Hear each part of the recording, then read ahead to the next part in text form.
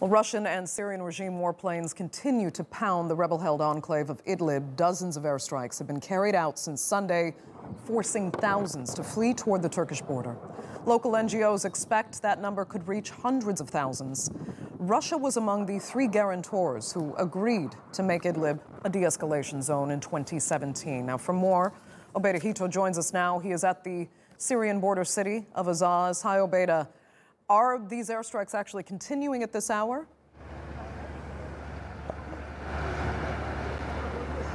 Thanks, Andrea. Yes, overnight, the Russian and regime airstrikes continued on Idlib province. Different kinds of attacks are being carried out. More than 80 barrel bomb attacks were carried out. More than 90 airstrikes were carried out, and more than 750 artillery strikes were carried out only yesterday on the 6th day of the Russian and regime escalation on Idlib province. This has forced tens of thousands of people to flee. Yesterday, only 7 people were killed, but in total, since the start of the escalation, 50 people have been killed. This includes women and children.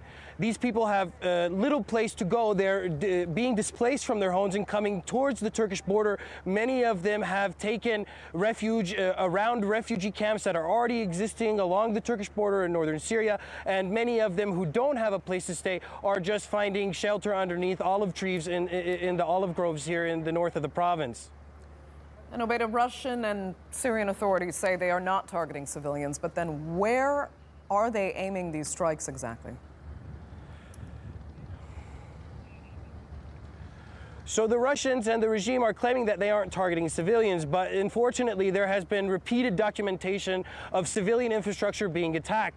There have been hospitals, a number of hospitals, one in Kafrembel and one in Has, a city in southern Idlib, that were put out of business yesterday. They were hit by Russian airstrikes. Civilian infrastructure is being attacked, including schools and including IDP camps. We've seen similar attacks in the past in Syria. We've seen this kind of strategy used in Aleppo in 2016 when the Russians and the regime forces were attacking Aleppo province, Aleppo city and province, trying to push the opposition out. And we saw a similar strategy trying to force people out of eastern Ghouta in 2017.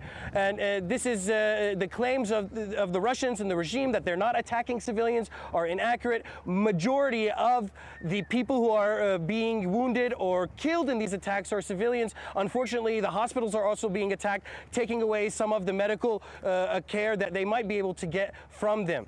Okay, Obeida, we'll leave it there. Thank you for that from Azaz.